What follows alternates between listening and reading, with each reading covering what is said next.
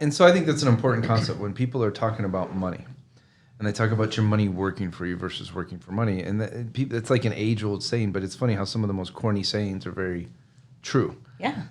But your money working for you and not trading hours for dollars, right? But you as an entrepreneur knew, and as even in sales, like that was never the exchange. It was never a dollar per hour exchange, and I haven't had that really had that exchange in my life. So maybe high school. I don't know. That was the last time I had that exchange. So that's an interesting concept. And so for me, a big part of it is like with RADD, Inner Circle was always about how much can we put to work. And so that was always kind of my philosophy. It was how much can I put to work? Because like for me, I only have so much to put to work.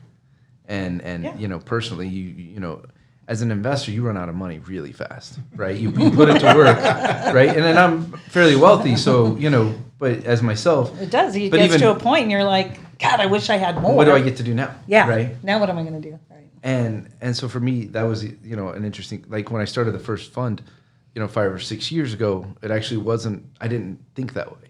Like I didn't have that mindset of, I just was always about how much can I make?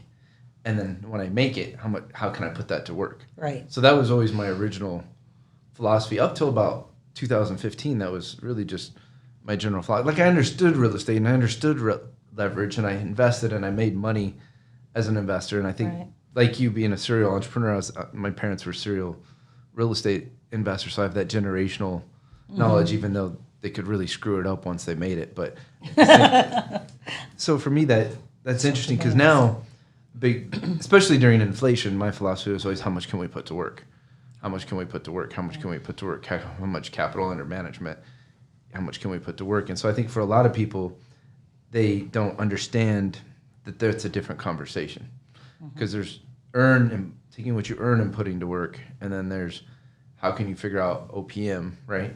Rich dad, poor dad, other people's money, and putting it to work. And it's easy in the original concepts of I can go borrow from my cousin's brother to go flip a house or something else. And when one of my investors tell me that, I'm always scared for them when they're lending money to their brother's cousin because it's charity.